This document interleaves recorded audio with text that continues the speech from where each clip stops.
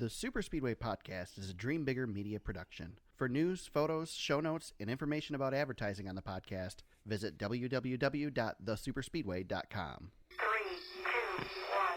2, 1. Welcome to the Super Speedway. It's the most emotional and the biggest win I've ever had in my life in anything. JD built our race team, was the guy that ran day-to-day operations for 27 years. He invested his occupational life in our race team. And as a part of that, he went up to purchase some late model stuff from Denny and struck up a relationship with Denny, put him in a test, put him in a truck, put him in a Xfinity car at Darlington, and finally he said, we need to sign this guy. And so that started the relationship and everything. And thank you for that first check, by the way. I got a set of rims for my truck and a plasma TV. I was a hit in my town. That is the truth. He had nothing, okay? And 3 years later, he bought a house next to me that was twice as big as my house. So it tells you I get in the wrong end of everything. Welcome to episode 96 of the Super Speedway Podcast, recorded Monday, February 18th, 2019. I'm your host, Eric Young. I'm joined, as always, by my co-host, James Cush. James, we're doing a Monday. I don't know if we've ever done a Monday before, have we? It's been far and few between, yeah. Yeah, we've done a Sunday before. Yes, we have. But yeah, a Monday might be a new weekly record. Yeah, I don't get used to it. No. This is Scheduling conflicts are what they are. This is a crazy week, and so Monday was the day to do it. And guess what? We don't have to wait till Wednesday anymore to find out who the winner of the race is. We know that. We know that Denny Hamlin won his second Daytona 500 yesterday at Daytona International Speedway. All clear. There you go. And I think the biggest story, we had the clip there from Joe Gibbs during the press conference after the race, during the intro. And I think, awesome deal for Denny to get his second win in the 500. I think this whole race win, you look more at it from a JD Gibbs standpoint. Obviously, JD Gibbs passing away during the offseason. Really big deal for Joe to get this win. Gets it in the 11 car, which was kind of the tribute to JD. It just kind of worked out perfectly for that car, for that win, and not to overshadow Denny's win. That's a great deal. And I mean, a 2-time Daytona 500 winner, that, one Daytona 500 win puts you on the map. 2 is huge. But yep. I think that might overshadow it a little bit, and kind of a touching, one of those NASCAR stories, man. And it happens all the time. And it's one of those feel good things. And it's really easy to go, well, come on, this crap is staged. This stuff happened. But it doesn't happen every instance this could happen either. There's plenty of stories where it doesn't go this way. We just remember the ones that it does. So cool win for the Joe Gibbs organization, and great win for Denny. Well, in Daytona tends to be a magical place. Right. There's always something going on a historical scale that, if you were writing a movie, you would, you probably couldn't even think about some of these ideas that are out there. You may think about it, but you don't think they're ever going to come true. Like Dale Jr. winning in July in 01. Right. That was a pretty special moment. Even, Dale Sr. winning his first race after all the trials and tribulations. It's just, this is what the racing gods had in store for Denny Hamlin, and Joe, and it was perfect. And I mean, if Denny wouldn't have won it, there were 2 other Joe Gibbs cars right behind him to get the win. 1, 2, 3, yeah.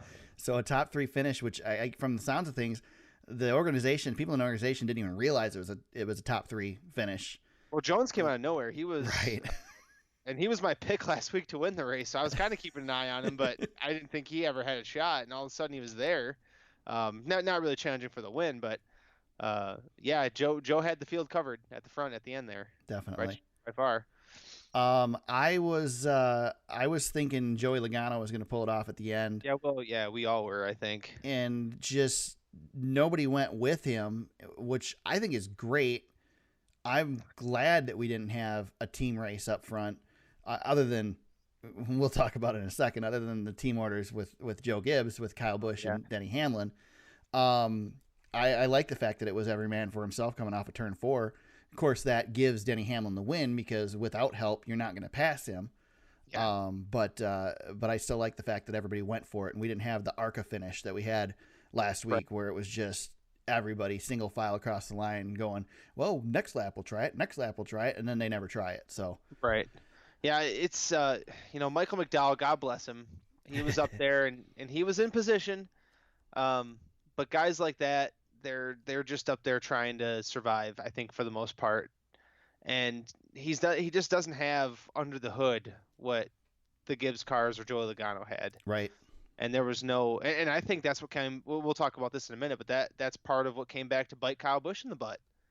Was you line up with Michael McDowell behind you, you're just not going to get that push Right. when you need it. So, yeah, Joey, we were messaging back and forth. We had a nice little group chat going, and we all thought Logano had the thing covered. He was going to get a run at some point, and he just didn't happen for him. Yeah. Denny ran a perfect race when he had the opportunities kind of come his way, and Denny's a great restrictor plate racer. He's one of the best, and did what he does when he gets up front. Yep. He solidified that legend a little bit more on the restrictor plates.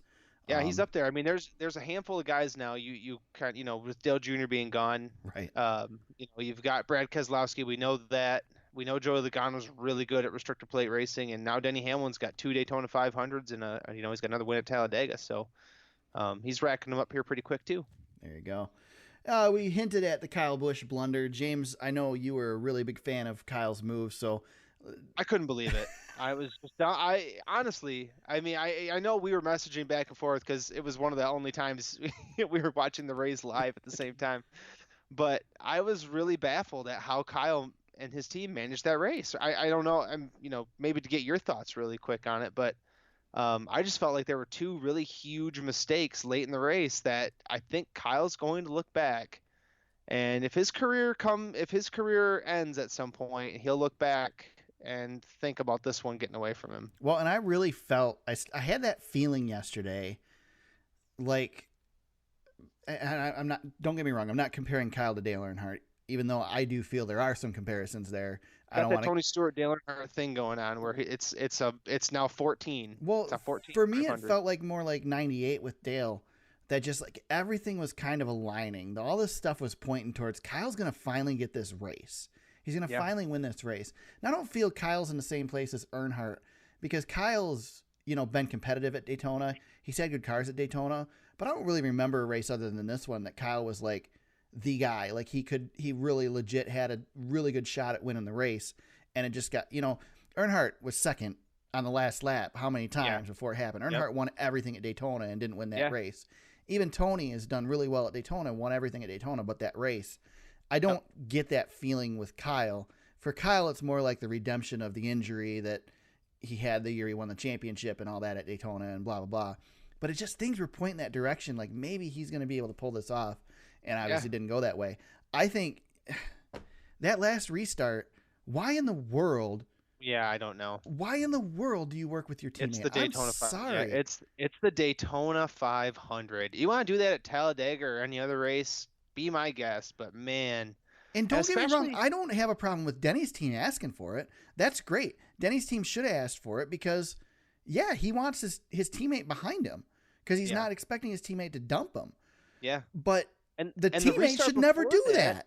Right. Well, and that's what I was just going to say. The restart before that, Denny didn't let him down. Right. They were racing. Yep. And Kyle Busch could have chose to be in front of Joey Logano. I know they were trying to stay away from Joey because they didn't want him to get the run. Right.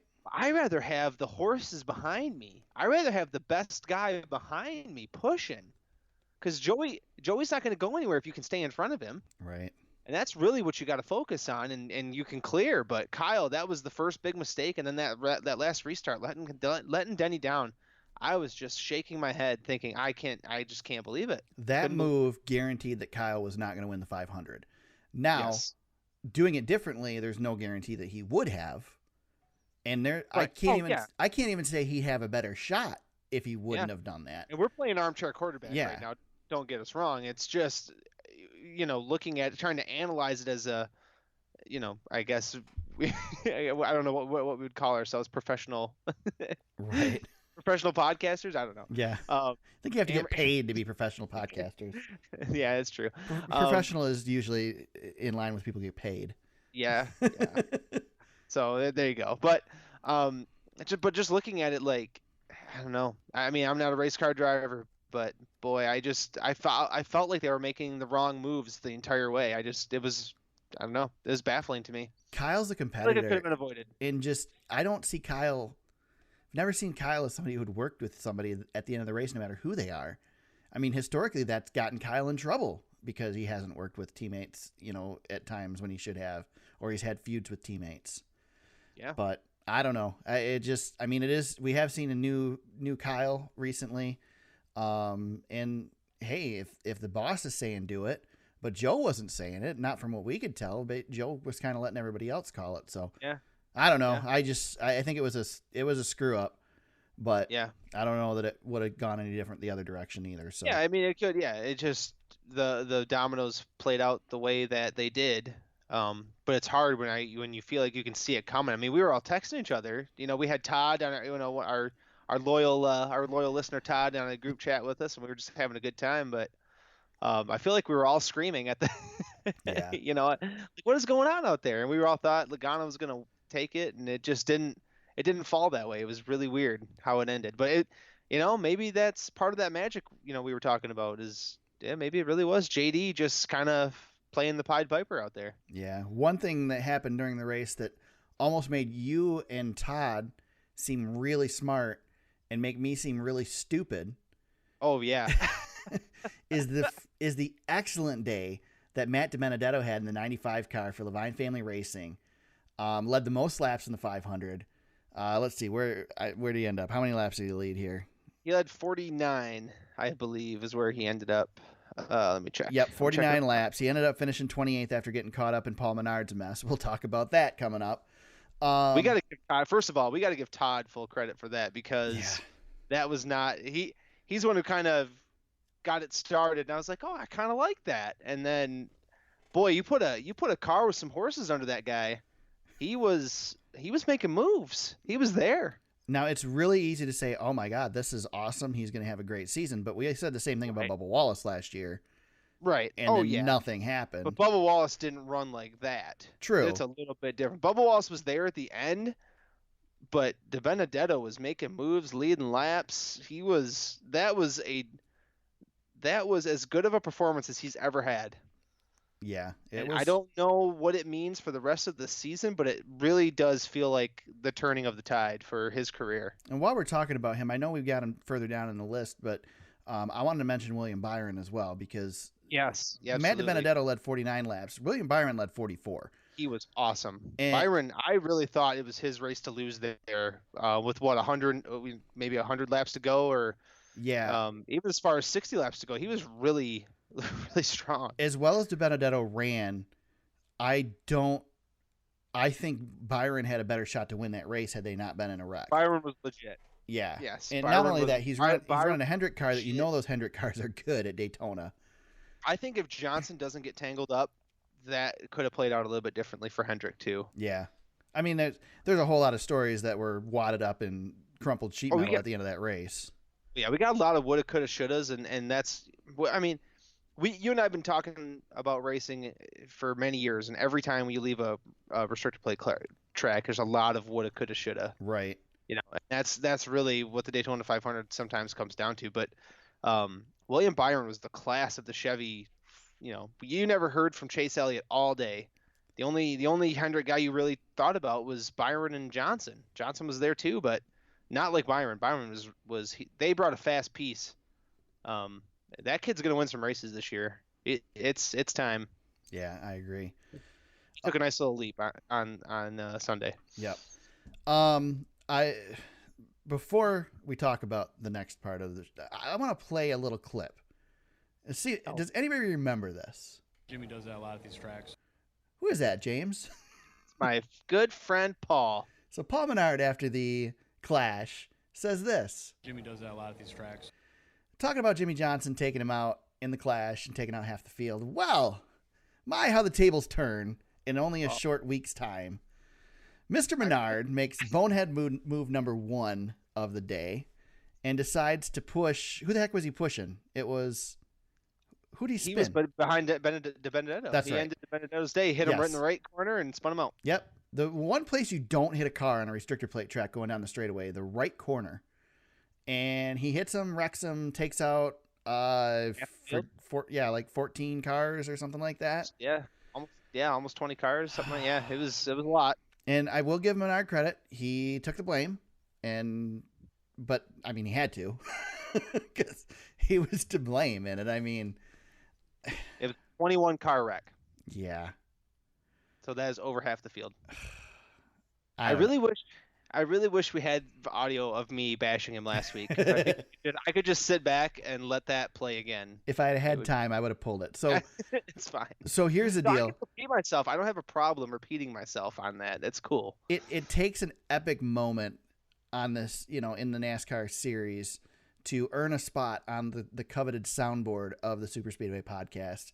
Things like, earn a spot on the soundboard, and now we have. Jimmy does that a lot at these tracks. So we're going to hear from Paul Menard quite a bit on the podcast. He is on the Mount Rushmore of the soundboard. Yes, he is. He made it. He's Right at, next to Doug Junior. He's legit at the top of the list today too. So, What a we're giving him a lot of crap. There's a couple other drivers who made some pretty bonehead moves that also created wrecks. I think the biggest reason that Paul gets the crap, other than the fact that James is such a big fan, and I like to bring his name up every time I can just to get James all riled up, is the fact that he was so mouthy the week before about the 7-time champion and how terrible he is at these tracks. And then he goes and does something probably dumber, I think, than Jimmy did. Jimmy, you can't give the full blame to Jimmy because Menard was coming down, despite what Jeff Gordon says. Yes. Menard was coming down, and that created that wreck, or helped create that wreck with Jimmy coming up. I don't think Jimmy screwed That's up his there. racing deal. Yeah, Jimmy was trying to side draft, and Paul was coming down, and they touched. At the end of a race, essentially. It wasn't the end, but we knew it was going to be the end. This one was just a bonehead screw up. So it was so. I really felt bad for De Benedetto because I was pulling for him. Me too. But I felt such gratification watching that whole thing unfold, thinking, "There you go, Paul." So if you could make a bigger bonehead move than Paul Menard made, then your name would be Ricky Stenhouse Jr. Ricky Stenhouse. Well, we this is another thing we were texting about. It was the three boneheads. Yeah. Three of the big, and Boyer sometimes is a bonehead. He's like a halvesy bonehead. Boyer's like a self-proclaimed bonehead, though. Yeah. He knows he's a bonehead. But your three biggest boneheads, all one, two, three, right in a row: Menard, Stenhouse, and Boyer. But that's Stenhouse. Stenhouse's move, man. You don't.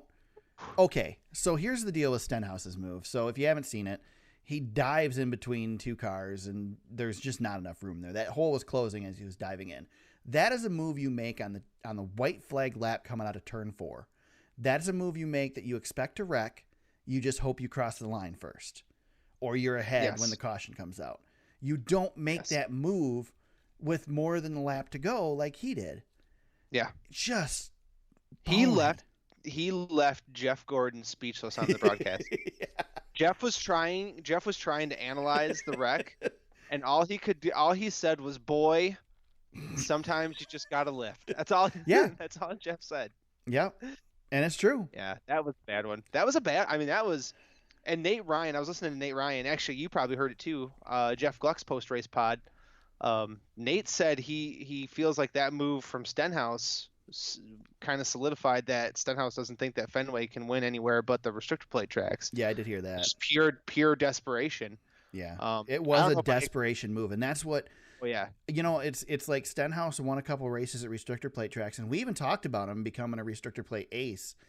And ran good. Yeah, it's good races. It's like he got this little bit of confidence, and now he drives over his head, and this is not the first time he's done this in the past few restrictor plate races. So, yeah, he must still have the Danica virus somewhere through his veins.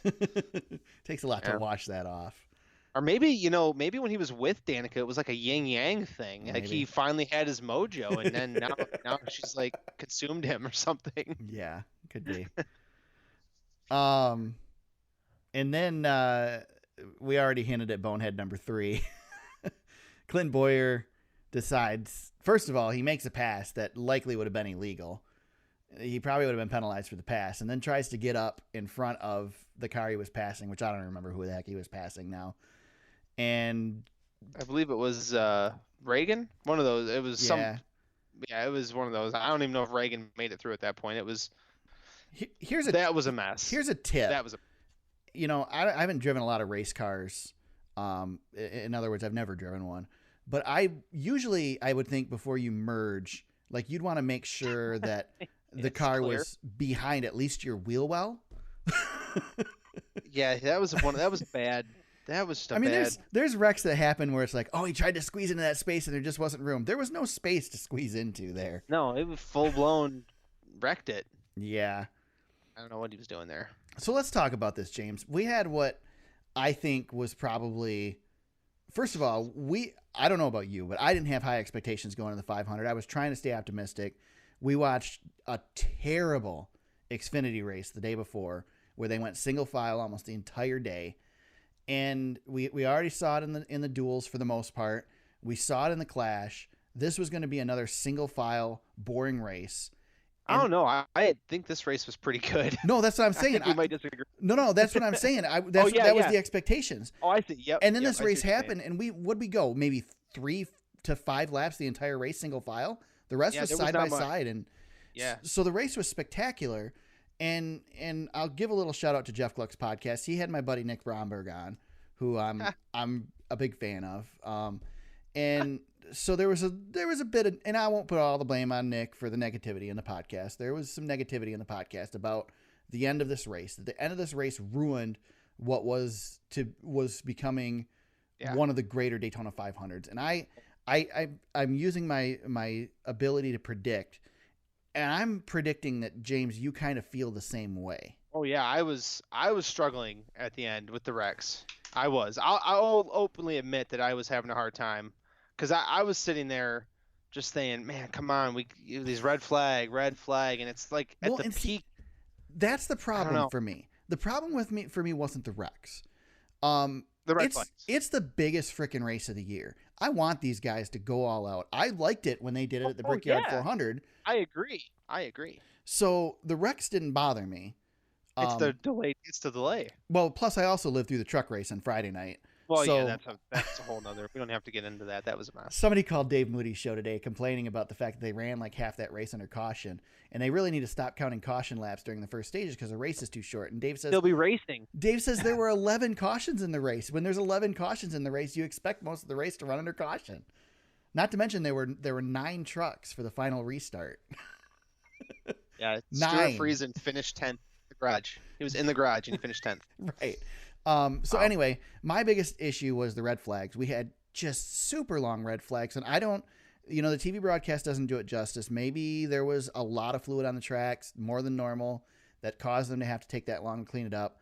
But alls I know is that second red flag was bad. The second one was bad. Yeah, and especially the second one, because there weren't that many cars in that wreck.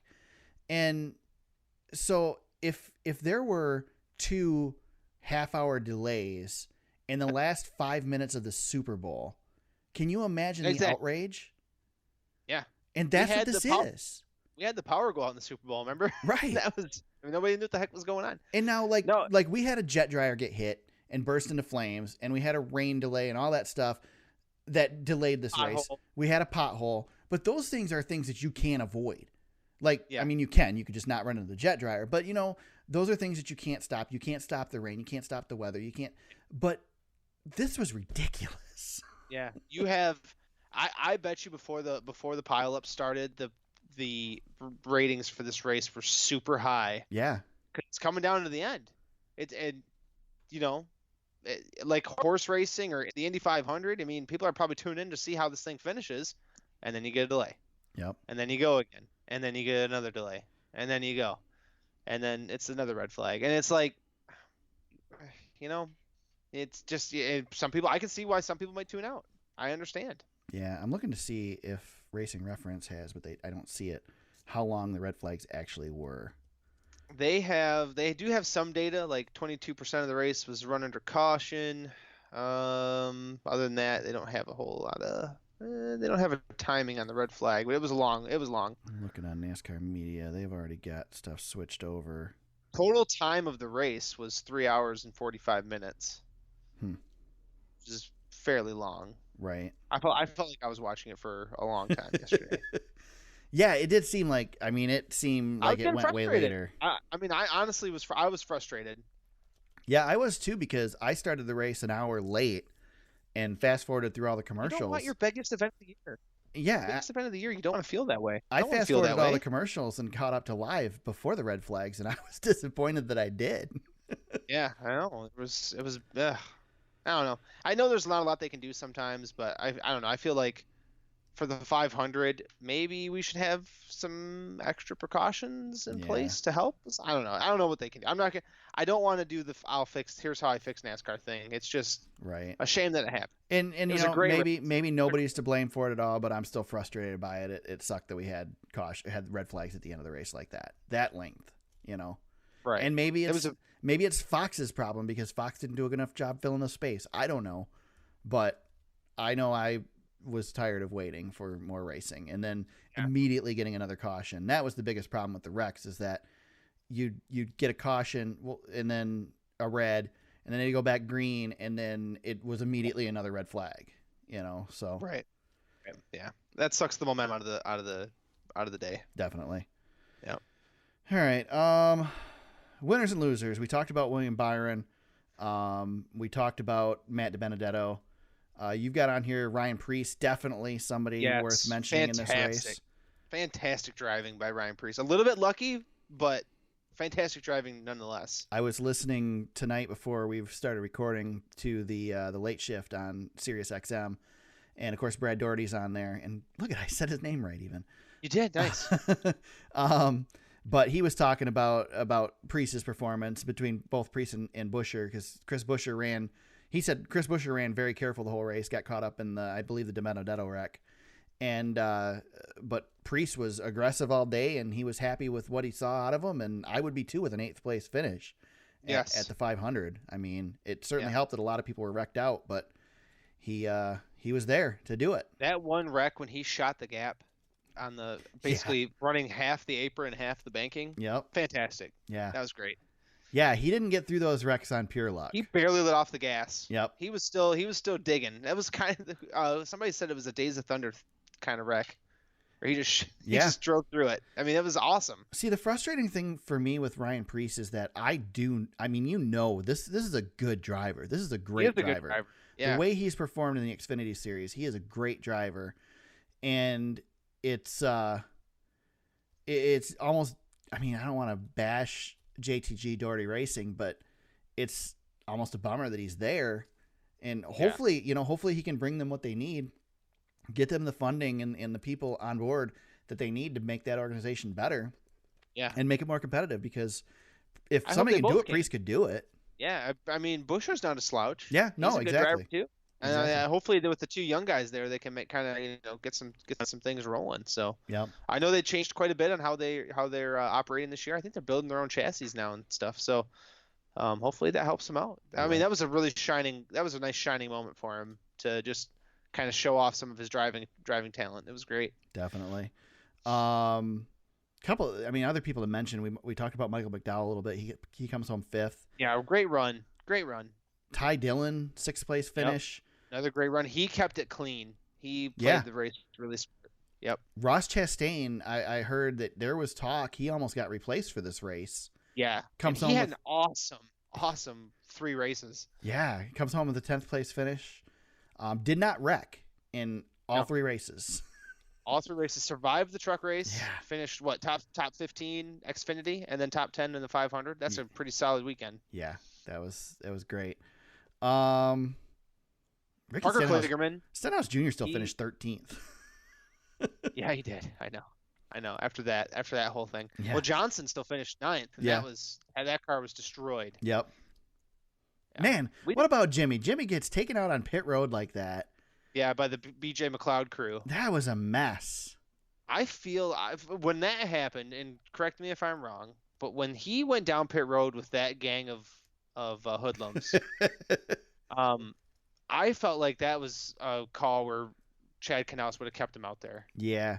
Well, Because- Cody Ware is the one who spun out, wasn't it? Yeah, it was Ware and B.J. McLeod, and then Stenhouse was in there, and who was in the 31? That was Tyler Reddick, right? Yeah. Yeah, they were all hoodlums. See, band of hoodlums, Right. and Jimmy Johnson. And Johnson nothing he did wrong. He was running a good race, and he got pretty much that ended his day. There was no coming back from that, but he was able to salvage. So I mean, we can't bash Cody Ware Larson- too much. He does have 10 starts in the NASCAR Monster Energy Cup Series. yeah. And another one, Larson. He had a whole bunch of problems, and he ended up 7th. That's pretty solid. Yep. I don't know if there's anybody to talk about losers. We kind of already hit on most of them, I think. Yeah. Bubba Blaney Wallace gets caught up in an early wreck, and Yeah, we didn't talk about Blaney. He had a really good piece again this year. Not as good as he wasn't running as good as he did last year, but he won stage 2. Seemed like he was like the pusher for Joey Logano. yeah, And just didn't. He got caught up. Almirola, tough break for him. He really got slammed. yeah, he did. Uh, I tell you what, if he wanted to get a good look at the underside of a race car, that was the way to do it. yeah, he was way up there. He crashed hard. Or no, Kurt he was Busch- in the air. Who was underneath him? It was somebody else underneath him. Surprisingly, not Yeah. Ryan Newman. There was a bunch of cars flying. I mean, there was 21 cars to choose from, so Right. pick a name out of a hat. They were probably all underneath them. Right. Yeah, just a lot of guys with bad luck. Like Brad Keselowski was able to salvage 12th, but he was not a factor. Well, and I want to mention Brad Keselowski, not because of the Cup race, but the day before in the Xfinity race, very uneventful race, but pretty eventful for Brad Keselowski, who had a malfunction with his roof hatch. Yes. And basically he ended up out of the race because of it, but drove part of the race in almost a convertible because the roof hatch kept coming off the thing. So Yeah. how screwy is that? Yeah, I know. That was a weird one. Yeah, it was a Daytona race. I mean, really, It was Daytona. Yeah, it was Wreckfest. Yeah. It was Wreckfest. I mean, and yeah. it wasn't. It was a pretty clean day, At the but you end. just Oh, knew yeah. it was building, man. Yeah, it was, and you could tell. Oh yeah. So no surprise there. Yeah, that was. I love seeing the underdog guys sneak their way up to the front of the Daytona 500, and Yeah. every once in a while they're gonna win one. It hasn't happened in a while, but Well, and who knows? We might see more of that with this upcoming package that we're going to see. yeah, I'm Partially looking starting forward- this you week. know, and we can eulogize the restrictor plates because this is it. Yeah, I was going to ask you what you thought of the fact that we're now done with the restrictor plate era. Yeah, what do we call the super speedways now? Do we call them plate tracks, or I don't know. What are we doing? I mean, we could just call them super speedways. I mean, I don't consider Pocono a super speedway, despite the fact that it's 2.5 miles in length.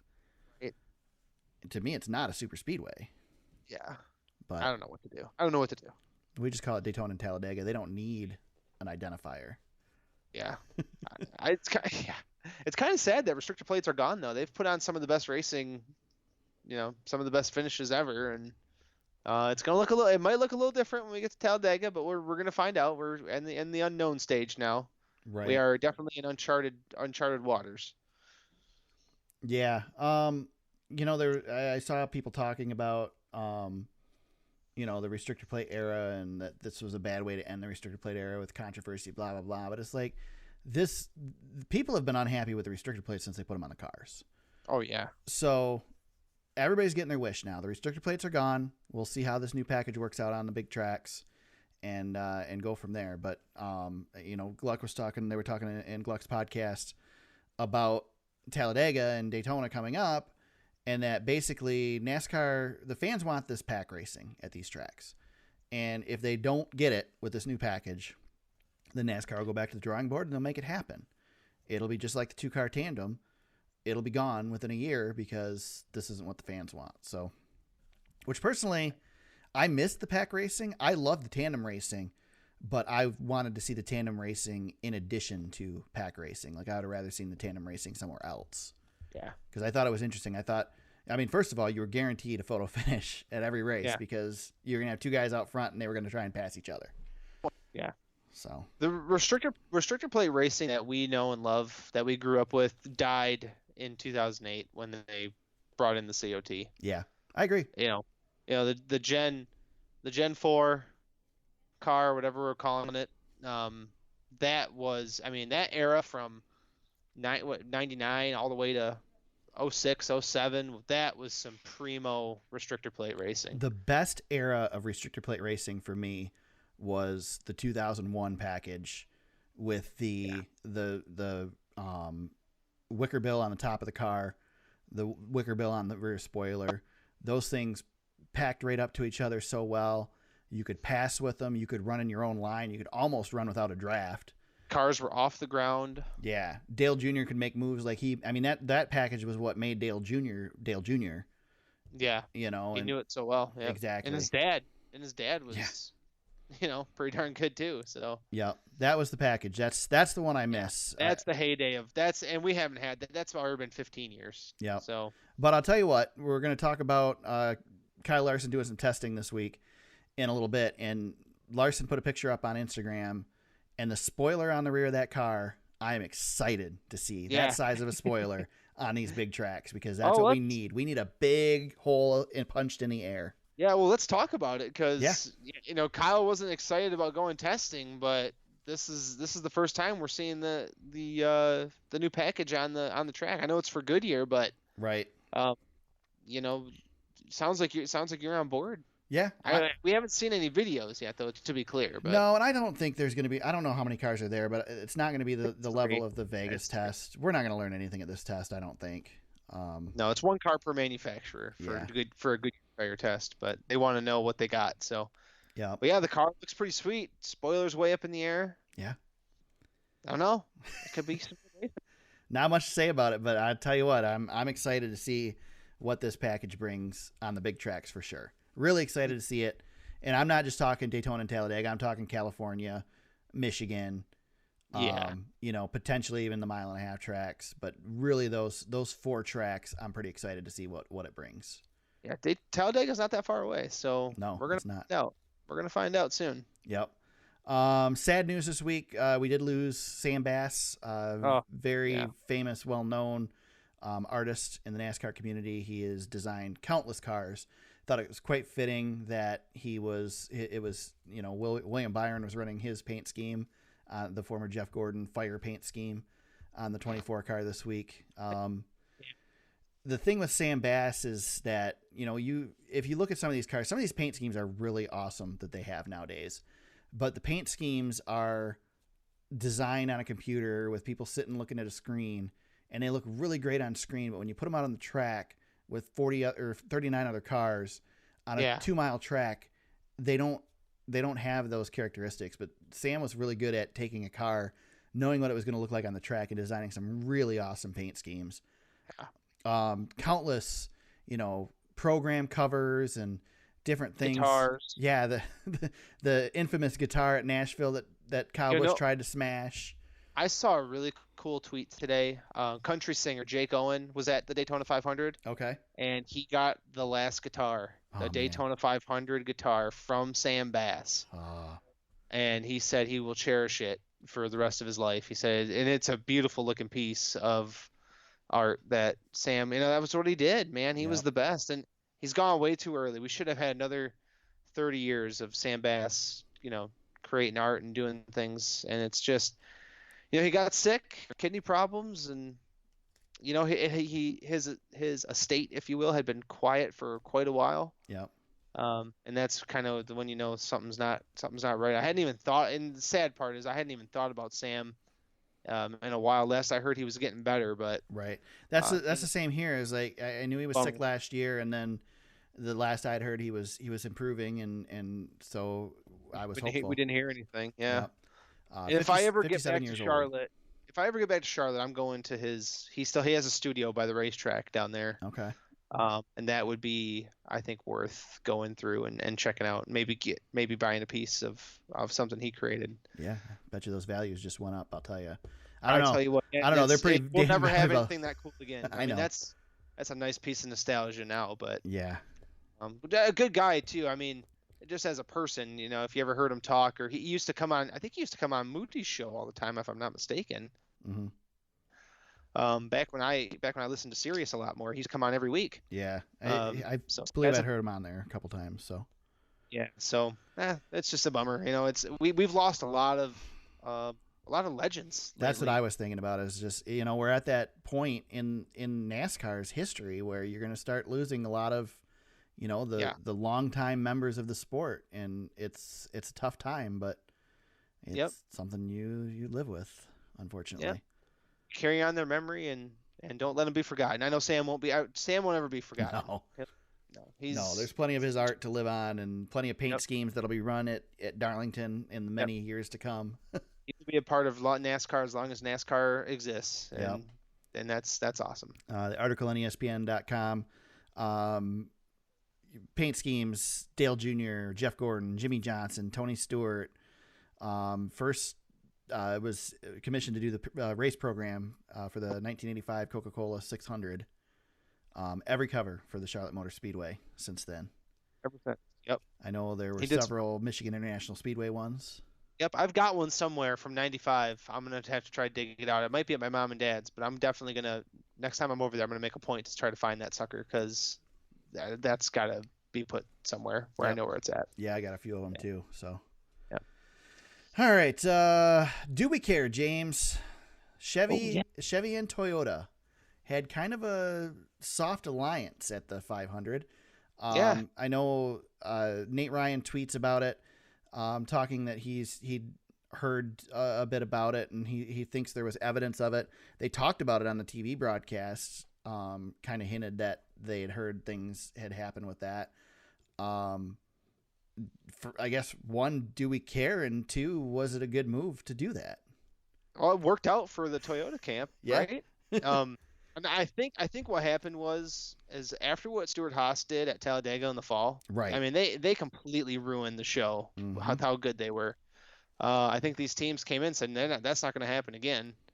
And if Hendrick and Gibbs got together and said, what can we do to help each other?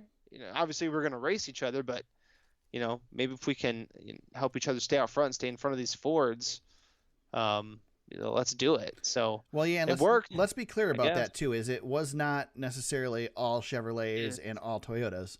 Right. It was JGR and Hendrick Motorsports that worked together, seemed to work together. And I mean, I'll tell you what, both teams, they're more powerful together than they are apart. And with how well all of the Fords have worked together, whatever you got to do to beat them, Yeah. I don't have a think problem about Joey with this stuff. Logano at the end. Yeah. Joey Logano had unarguably the best car and had to fight through how many Chevys and Toyotas to get even to where he had a chance. Yep. So, I guess you got to adapt, man. I think you got to adapt or die, right? Yep. So, and that's kind of where they were at. So I don't think we'll see something like this at Talladega. I think this is probably where it ends. Oh yeah, I agree. So kind of interesting though that they had that conversation. Definitely. But I mean, again, they were talking last year about the Ford drivers all having a closed door meeting, all the Ford drivers together, all the Ford teams together to plan out the restrictor plate race. And when you're competing with that, you got to do what you got to do. Yeah. Toyota does not have the numbers. They have some powerful cars. Right. They just don't have the depth and Ford with, Penske and Stewart-Haas now, and now you can even consider Roush and the Wood Brothers teams too. So that's a pretty deep roster of talent and good horsepower that they're making. So that's by combining some of the Chevy stuff and the Toyota stuff, you're cutting into that depth a little bit. Yep, definitely. All right. With that, we put Daytona in the rearview mirror and we head to Atlanta Motor Speedway. Unbelievable. Daytona's in the rearview mirror. I know. Wow. Now it's time to get into the meat of the NASCAR season. We go to our first 1.5 mile track of the year, and we get our first kind of halfway look at this new package. So it's a soft launch, I guess, right? Right. So we had a request on Twitter to talk a little bit about this package. So let's talk about it. First of all, there's been a lot of confusion, a lot of talk about we're going to see this package at Atlanta. Well, that's sort of true. So as we said, it's kind of a soft launch with this. So Atlanta, we're going to see the tapered spacer, but not the aero ducts. So if you're not familiar with the package, basically right now the cars sort of run unrestricted for the most part. But I think this article that we'll share in the show notes talks about the fact there's been a tapered spacer for a while, right? With these things. Yeah.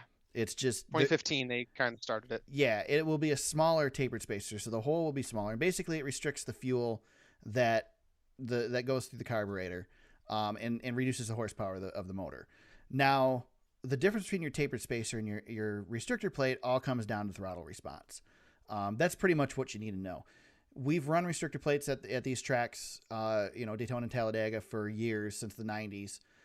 We tried restrictor plates in the Xfinity Series at Michigan and Pocono and Indianapolis, and we've run restrictor plates at New Hampshire before when we've had issues.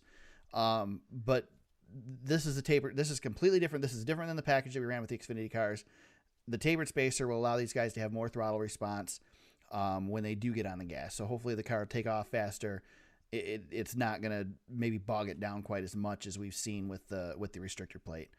Then we have the aero ducts, which are holes cut in the front end of the car, and it basically routes the air in through the front end of the car and out by the wheel wells. Those we will not see at Darlington, Homestead, Pocono, or Atlanta. We will see those at Chicagoland. Why do they have Atlanta listed here twice on this article? They have Atlanta listed with Aeroducts too, but that's not right. So we'll see it at Chicagoland, Auto Club Speedway, Indianapolis, Kansas, Las Vegas, Kentucky, Talladega, Daytona in July, Charlotte, which will not include the Roval, Texas Motor Speedway, and Michigan International Speedway. That's where we'll see the Aeroducts. Now, your standard package that we've had since last year at least, will still be on the track at Sonoma, Martinsville, the Charlotte Roval, Richmond, Watkins Glen, Bristol, New Hampshire, ISM Raceway, and Dover. So those tracks, it remains unchanged. This is basically a 1.5 mile track package, essentially. Yes. So we get to see the first kind of iteration of it this week, and then what do we go to Vegas after that, I think? Yeah, we'll go to Vegas, and that'll be the full-blown package. Vegas, we'll see what the actual package has in store for us. So, but we'll still, it's going to be a big difference this week in Atlanta because you're going to see slower speeds, and they're going to be probably bunched together more than they have been before. So we'll see how that goes. The expectation is that it's going to keep the cars closer together. They're not trying to create pack racing, despite what some people believe. Although I can't imagine that NASCAR would be super disappointed if they created pack racing. But they just want to keep cars closer together so it's easier to move through the field. If you have a fast car, it's easier to make passes. It's easier to race side by side. And in theory, it's easier to take the lead. You're not going to have one guy run away. Although we'll see how that goes because so far the package has not proven to be easy to pass the leader. So yeah, that's from the test that we saw a couple weeks ago. Right. And the package running in the Xfinity Series at Michigan, I think, is probably the biggest example. Right. It didn't provide passing for the leader very much there. But again, a little bit different than the Xfinity package. Did I miss anything on this thing, James? I think no, you did that extremely well. I didn't mean to just take it over. No, that was perfect because I don't have too much to add. So we'll share in the show notes this week. If you go to thesuperspeedway.com, check out the show notes, and there'll be a link, and I'm adding it to the show notes right now. Perfect. That will tell you a little bit more about the package, and it breaks it down pretty heavily. It's great. And basically, in the simplest terms, all you really need to know is the car's going to be a little slower, and you're probably not going to notice. Right. And they're not going to be very many breakaways for lead. It's going to be a little bit tighter. So that's the way to think about it going forward. And then one thing to remember is that these teams are very smart, and somebody's going to find a way to get more horsepower out of these things before anybody else. So we're going to see some team maybe in a week or two start jumping out in front. Whether that's Harvick or Kyle Busch, somebody's going to figure this thing out a little bit quicker, and then we're going to see where this package goes from there. So this article that James has does an amazing job of, there's a math formula in here. Yeah, it's pretty deep. Yeah, but it helped me understand what was going on. Yeah, it's great. There's images that show you how the air would travel through the restrictor plate versus the tapered spacer. Everything, it's spectacular. So if you're confused or you really want all the information you could possibly even dream of, to the point, or if it's late at night and you're having trouble falling asleep and you really want to fall asleep, Yes. check out the link in the show notes, and it'll explain all of this for you. So Absolutely. so we get to see it at Atlanta. I'm excited Atlanta's back. Hopefully we can go another year without paving this track. We haven't paved it yet. Yeah. They keep it patching it up as much as they can, but it hasn't been paved yet. So we have a tough task this week. We have to pick a winner of this race without knowing anything about what to expect. Yes. And James gets the task of picking the winner first. So here's what I'm going with off of nothing, basically, except seeing a test at Vegas. That wasn't even a test of this complete package that we're seeing now. Right. So my theory is I'm going to go with a really good drafter who I think is going to have a pretty good car, and they're going to run very well and is pretty good at Atlanta. Brad Keselowski is going to be my pick. Okay. That's not a bad pick. Oh, you're typing it. Go ahead, type it, James. It's all you. I got it's all it. you. All right. I'm sure everybody listening is really interested in that. We're typing in the show notes at the same time, folks. That's right. I'm gonna go. God, I don't know what to do. Yeah. Well, just some. Then these stats may mean nothing now. Right. But some drivers to keep an eye on. Chase Elliott, 3 starts. He has an average finish of 7.7. He has never led a lap. We talked about that before the podcast started. I thought that was fascinating. Johnson is, of course, as he's going to be at every track on the circuit, very good. 11.6 average finish. He's led 586 laps, 27 starts, 5 wins. The Kyles are very good here, as they are always too. Right. It seems. Kevin Harvick, not a lot of wins here. Not very high on the average finish list, but he's led like 100,000 laps. So actually, it's 1152, but he's led the most of anybody. Yes, by far. Yeah, by far, and he's had one more start than the next closest person. So just some names to throw out there. Yeah. So I'm just gonna go on. I want to pick Kyle Busch, but I'm not gonna just go that easy at the beginning of the season. So I'm not going Kyle Busch. I'm gonna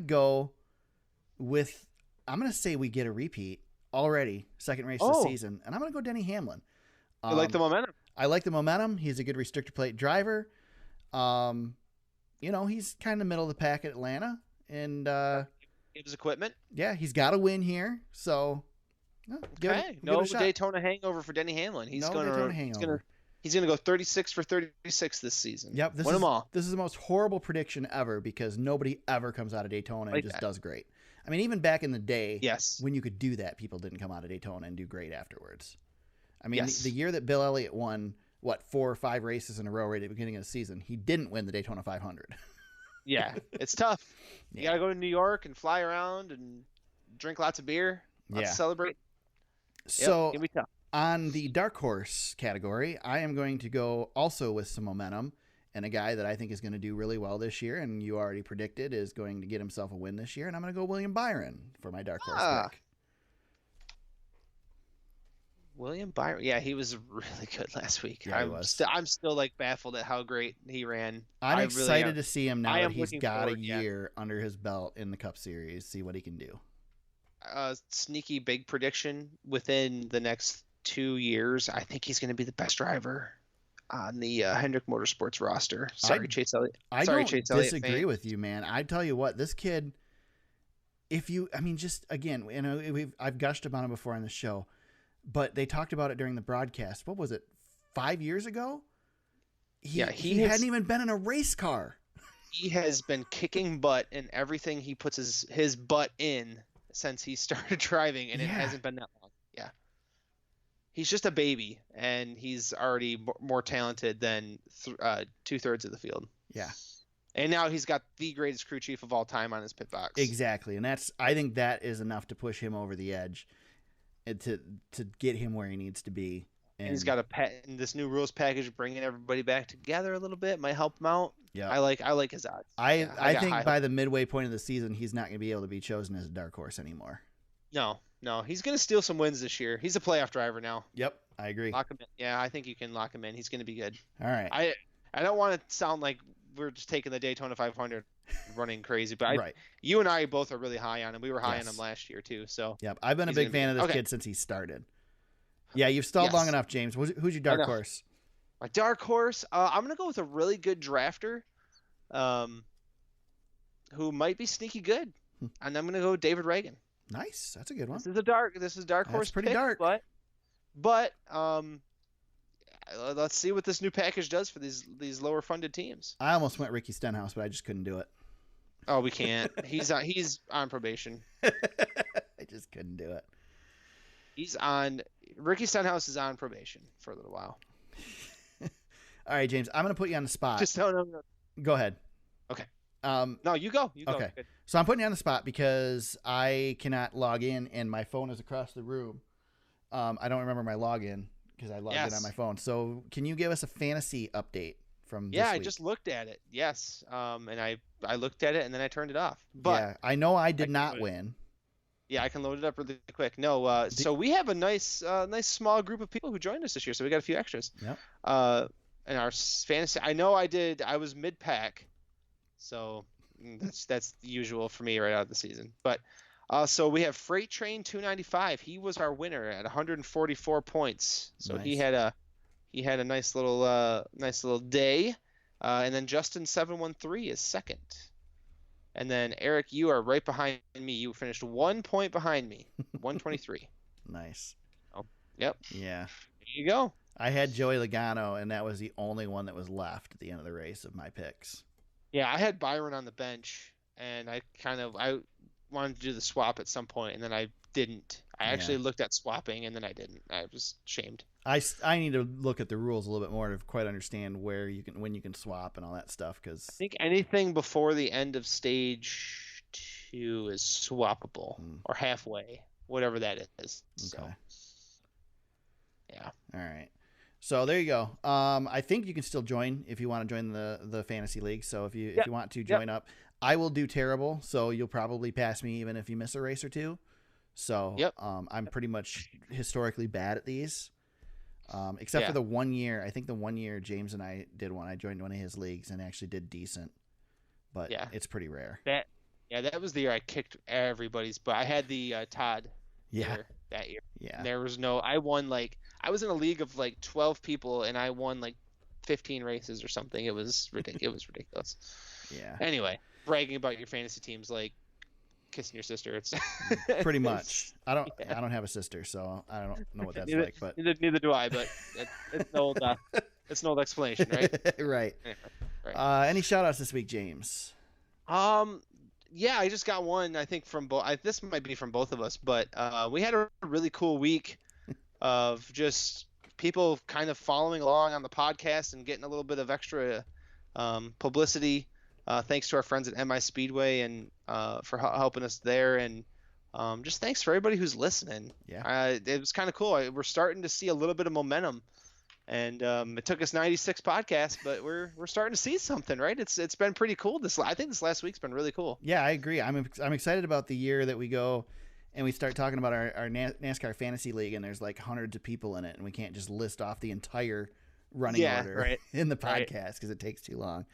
I had the opportunity, thanks to James hooking it up, and like he said, the folks at Michigan International Speedway, to be on the air in Toledo, at ESPN Radio 106.5. 106.5 the ticket. Down in Toledo, so got to do a little hit on the Daytona 500 in the upcoming season, so that was pretty cool. And hopefully maybe get a few more opportunities like that. So if anybody stumbled across us from that, we welcome you to continue to listen to us and subscribe, and hope you enjoy the ride. It's been fun, and hope to meet up with those guys down at MIS. They go every year to both races, so hook up with them and chat them up and see how it goes. So, but got to go on the air and talk about NASCAR. What's better than that, right? Yeah, almost like we're real NASCAR media members now. Right, I know. Cool. I'm starting to feel legit. So it's pretty awesome.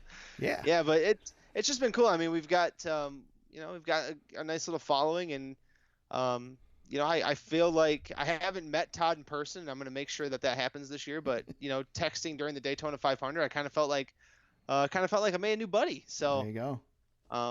we got it's just the people who are really supporting us, who I've never met. It's just really cool. I just think it's been a cool experience, and it's really pulled me back into the sport when when Stuart retired and I was getting busy being a new dad and all this other stuff. You get kind of distracted, but I love that momentum kind of pulling me back in with that passion that maybe was kind of slipping just a little bit is kind of coming back, which is great. I love it. I love the sport, and there's good people out there too, so it's just pretty cool. I don't know, I was having fun. I had a good time this week. It was a fun time to be a part of NASCAR. We're in a transition period. I think we're going to be in a transition for the better. I think things are going to improve, and I'm looking forward to what this year brings. Looking forward to getting out to the track, hopefully starting in April at Bristol. And just looking forward to getting back in the groove of things. I mean, the season's underway now, and we're on our way to it. So, again, thanks to everybody who's come along. James has mentioned a couple times our chat on social media. We had a Facebook group this week for the Daytona 500. James doesn't either, but we don't always watch the races live. But when we do, it's fun to do. Todd set it up, so I got to double check with Todd. But I think he was suggesting it before, so maybe make it a patrons-only thing. If you want to become a patron of the show, go to patreon.com/thesuperspeedway. There's a bunch of tiers you can sign up for. We'll give you access to the Facebook group, and you can chat with us during race weekend or even not during race weekend.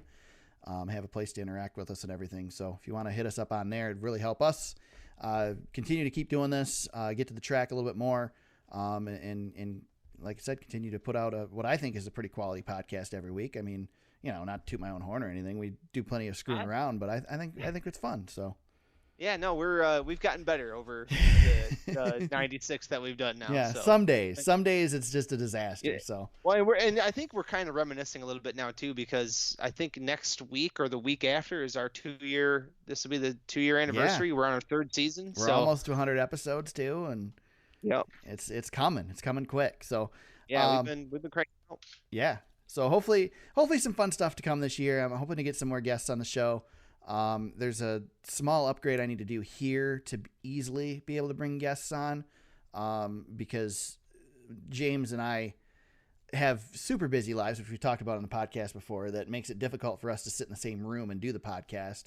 And thus my current setup only allows me to do one Skype call at a time, which means if I'm talking to James, then I can't have a guest. So my hope is to do an upgrade here this year to where I can do 2 Skype calls and improve things so we can actually have some guests on. And I know a few that I'd like to get on already that I know would be pretty easy gets. And then, you never know who you can get if you call people up. So hopefully all that's coming. We've tossed around the idea of the Wives podcast. Yes. Bringing them on to lament our love of the sport and how it drives them crazy. Yes. Which I think would be entertaining for everybody but us. Yeah, probably. And maybe we should just let them do a podcast together and just not be a part of it so they can talk. No, never mind. We won't do that. Yeah, no, that sounds like a horrible idea. Yeah, that would be the end. James, where can they find you on social media if they want to talk to you during the week? At James Cush on Twitter or Facebook Messenger, apparently. That was awesome. So yeah, let's do that again sometime. So there you go. Yeah. You can find me at TSuperspeedway on Twitter. You can find the podcast on Facebook.com/TheSuperspeedway. You can find us on our website at www.thesuperspeedway.com. Again, show notes on there, different race coverage, other things as well. We'll have links in the show notes to the stuff we talked about today, so check those out. Let's see. You can find the podcast on iTunes, Google Play, and SoundCloud. Wherever you found it today, we hope that you subscribe. And if you want to become a patron, you want to become a part of that Facebook group and chat with us, you want to become a part of the show and help us get what we need to be able to improve the podcast, bring some guests on and all that stuff, become a patron at patreon.com/thesuperspeedway. We appreciate the people who have signed on so far. We appreciate the people who listen. We appreciate everybody who subscribed, and we love to interact with everybody. So give us a shout on social media. We'll certainly chat with you and love to talk NASCAR. That's what we're here for. I've lived this sport my entire life and I don't get sick of it. So, hit me up. Right. I'm good. So, with that, it's time to move on to Atlanta Motor Speedway. It's time to move on to our semi-new aero package, restrictor plate package, tapered spacer package, whatever you want to call it. this week. So hopefully I have plenty to talk about next week, probably back to more of the normal midweek time. But until then, everybody, James, anything else before I kind of just talked over you? You need anything? Anything before I Bear go down. It's time for the grind now. out? There Got you a long go. season ahead. There you go. Atlanta this week. We'll be back next week to talk about it. Until then, everybody, let's go racing.